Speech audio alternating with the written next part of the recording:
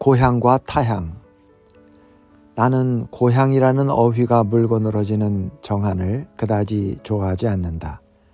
진화할 수 없는 비논리성이 그 정한의 바탕을 이루는 듯 싶다. 나는 고향도 없고 타향도 없는 세상이 좋다. 고향이라든지 타향이라든지 하는 그런 어휘가 아예 없는 세상에서 나는 살고 싶다. 나의 이른바 고향은 서울 사대문 아니다. 사대문 안에서도 청계천을 기준으로 남촌과 북촌을 갈랐는데 내 본적지는 대궐, 경복궁 근처인 북촌이었다. 북촌에도 나처럼 가난한 사람들은 넘쳐났지만 북촌 사람들은 자기네들이 세계와 문명의 중심이라는 자부심에 넘쳐 있었고 변두리에 사는 사람들을 싸잡아서 문밖 것들이라고 통칭했다. 내 어머니는 서울 토박이 여자였다. 어머니는 가난했다.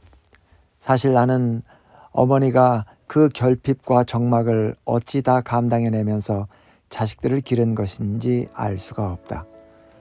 어머니는 가난했지만 경우 바르고 깔끔한 여자였다.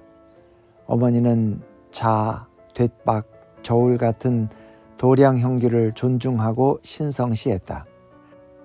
쌀 돛박 밑바닥에 양초를 발라서 돛박을 속이는 쌀장사와 저울 눈금을 속이는 푸죽간을 어머니는 증오했고 동네 여자들과 합세해서 불매운동을 벌였다.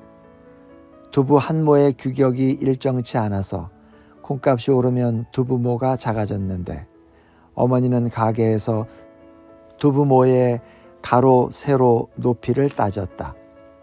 내가 심부름으로 석유를 사러 갈 때도 어머니는 주전자나 양철통을 들고 가지 못하게 했고 반드시 한되들이 정종됐병을 들려보냈다. 정종병은 투명해서 속이 들여다 보였고 또 들이가 정해진 병이어서 석유 가게에서 양을 속이지 못하기 때문이었다. 몇 살 때였던가 아마도 국민학교 상급반 무렵이었을 것이다. 제헌절날 어머니는 새 옷을 주셨다. 어머니가 주신 새 옷은 새로 산 것이 아니라 입던 옷을 빨고 깊고 다려서 주신 옷이었다. 운동화는 새로 사온 것이었다. 법을 만든 날이다. 새 옷을 입어라 라고 어머니가 말씀하신 것으로 나는 지금도 기억한다. 나는 그때 어려서 잘 몰랐지만 그 설화적인 가난의 멍에를 쥐고 자유당의 무법천지를 살아가던 어머니에게 법을 만든 날은 자식에게 새 옷을 입혀주고 싶을 만큼 서러운 날이었던 모양이다. 어머니에게 헌법은 과연 무엇이었을까를 생각하면 나는 지금도 눈물겹다. 제헌절은 학교에 가지 않았으니까 나는 새 옷을 자랑할 수도 없었고 동네에서 하루 종일 아이들하고 온갖 개구쟁이 망나니 짓을 하면서 놀았다. 나는 엿이 너무도 먹고 싶어서 신고 있던 운동화를 엿과 바꾸어 먹었고 어두워져서 집으로 돌아왔을 때 어머니가 주신 새 옷은 흙투성이 헌옷이 되어 있었다. 어머니는 거칠고 사납고 과장된 말을 무척 싫어하셨다. 남의 감정을 상하게 하지 않으면서도 자신의 생각을 말할 수 있는 아름답고 순한 서울말을 어머니는 좋아하셨다. 내가 문 밖 아이들과 놀다 돌아오면 어머니는 너 걔네들 말버릇 따라하지 마라. 외가리 지저대는 것처럼 말하지 마라. 반듯하고 조용히 말해라. 조용히 말해야 남이 듣는다 라고 타이르셨다. 어머니는 종결어미가 불분명한 말을 싫어하셨고 늘 대하는 이웃집 아낙네들에게도 말꼬리가 분명한 존댓말을 쓰셨다. 어머니는 이제 너무 늙고 또 아파서 당신의 고운 말씨를 모두 잃어버리셨고 한 되와 두 되를 구분하지 못하시지만 내 가난한 어머니의 고향은 향토가 아니라 척도와 언어였던 모양이다. 어머니 이야기를 하려고 이 글을 시작한 것은 아니다.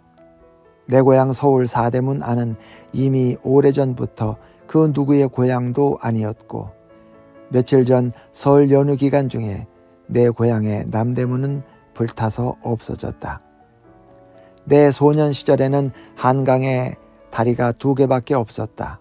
하나는 기차가 다니는 한강철교였고 또 하나는 자동차, 보행자, 우마차, 자전거가 다니는 한강인도교였다.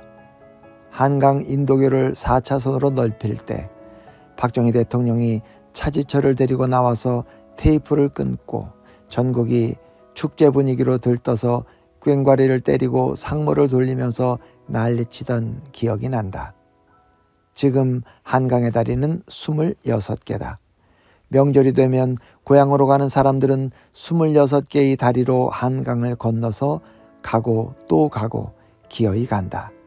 기어이 갔다가 기어이 돌아온다. 고향으로 가는 사람들이 다들 서울을 빠져나가면 내 고향 서울 사대문 안은 문득 넓고 적막하다. 명절이 되어도 갈 곳이 없는 나는 텅 빈 내 고향의 거리를 혼자서 어슬렁거린다. 거기는 과연 누구의 고향도 아니었고 고향으로 갔던 사람들이 다들 돌아와도 그 또한 아무의 고향도 아니었다. 거기는 만인의 타향이었다. 2008년 설에 고향으로 내려갔던 사람들이 다시 서울로 돌아오던 날, 내 고향 서울의 남대문은 불타서 없어졌다. 아침에 택시를 타고 가보니 남대문은 타담한 장작더미였다. 나는 10년이 넘게 일산에 살고 있다.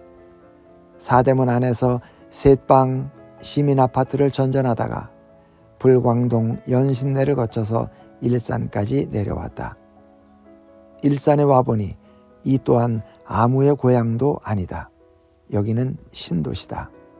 수많은 교회와 러브호텔, 섹시바, 나이트클럽, 카페, 지하방, 발바닥 전문 마사지방, 노래방, 침대가 있는 노래방, 찜질방, 사우나, 성인용품 가게, 남성 전용 휴게실, 이발소, 헤어살롱, 손톱 다듬어주는 가게, 발톱 다듬어주는 가게, 가슴, 코, 눈꺼풀, 종아리, 볼 전문 성형외과, 개털을 염색하고 파마해주는 동물 미용실, 개한테 침과 뜸과 부항, 진맥, 물리치료, 보약을 해주는 동물 한방병원, 일본, 이탈리아, 중국, 베트남, 스페인, 터키, 프랑스 등 각 나라 음식점, 여대생이 해준다는 안마시술소들이 한 동네에 들어서 있다.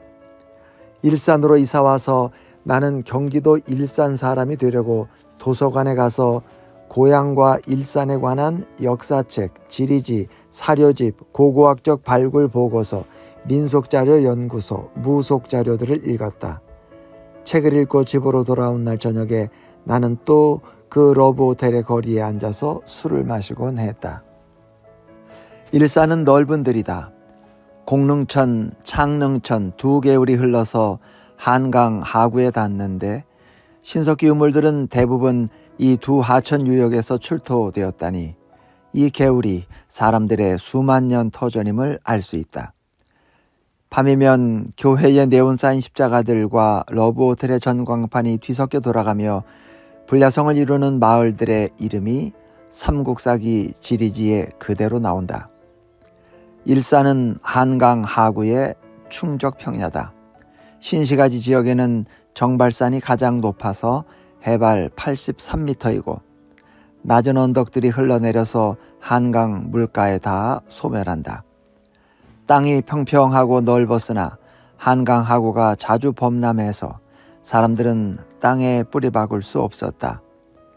1925년 을충년에 대홍수가 있었고 1930년에 한강 하구에 뚝이 건설되었고 1970년대에서 1990년대까지 배수시설과 경지 정리가 이루어졌다. 일산 신시가지의 땅은 한강 뚝과 배수시설에 의해 비로소 농경지로 편입될 수 있었다. 1990년에 시작된 일산 신도시 개발 사업은 일산의 역사를 천지개벽하듯 바꾸었다. 일산은 황무지에서 농경지로, 농경지에서 신시가지로 바뀌었는데 신석기 이후에 이 격변의 과정이 불과 60년 안에 이루어졌다. 그렇게 해서 만들어진 도시와 풍경이 지금 내가 살고 있는 마을이다. 신시가지 공사가 착공되자 턱없이 낮은 보상 가격으로 내쫓기는 원주민들은 격렬히 저항했다.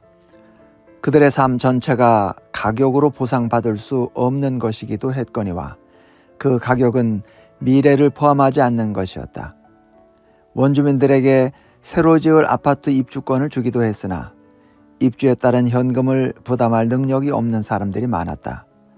불도저와 포크레인을 향해서 원주민들은 돌멩이를 던지고 분뇨를 퍼부었다.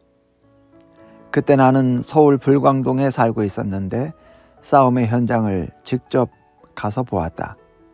달려드는 불도저를 향해 분뇨가 담긴 소주병을 던지면서 사람들은 울면서 노래했다. 나의 살던 고향은 꽃피는 산골, 복숭아꽃, 살구꽃, 아기 진달래. 나는 일산으로 이사와서 일산에 관한 책을 많이 읽었다.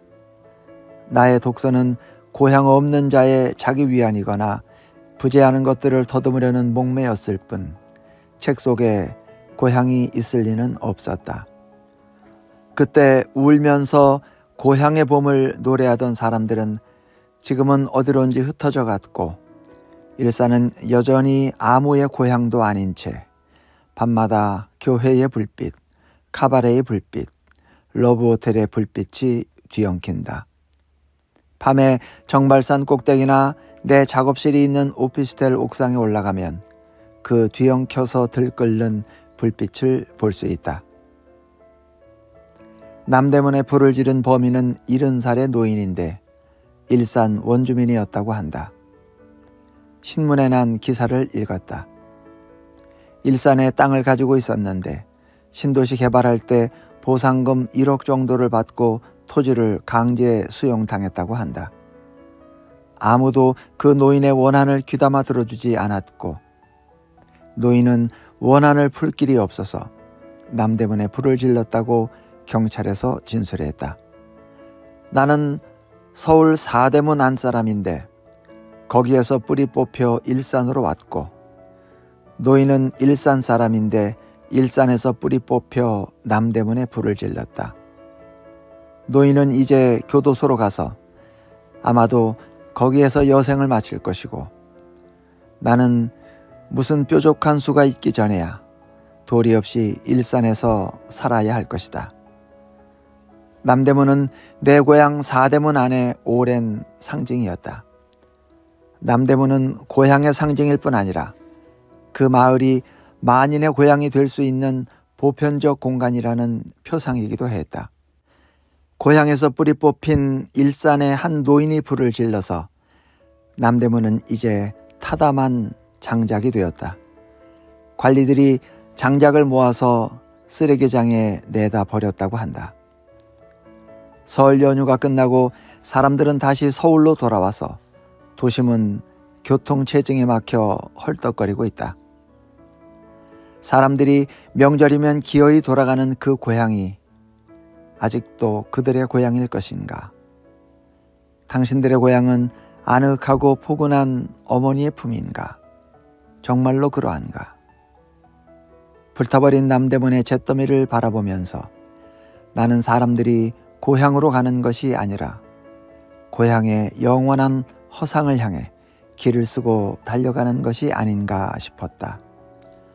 사람들아, 설에 고향에 다녀온 사람들아, 불타버린 내 고향의 남대문을 보아라. 그리고 내 고향 서울을 다시는 타향이라고 말하지 마라.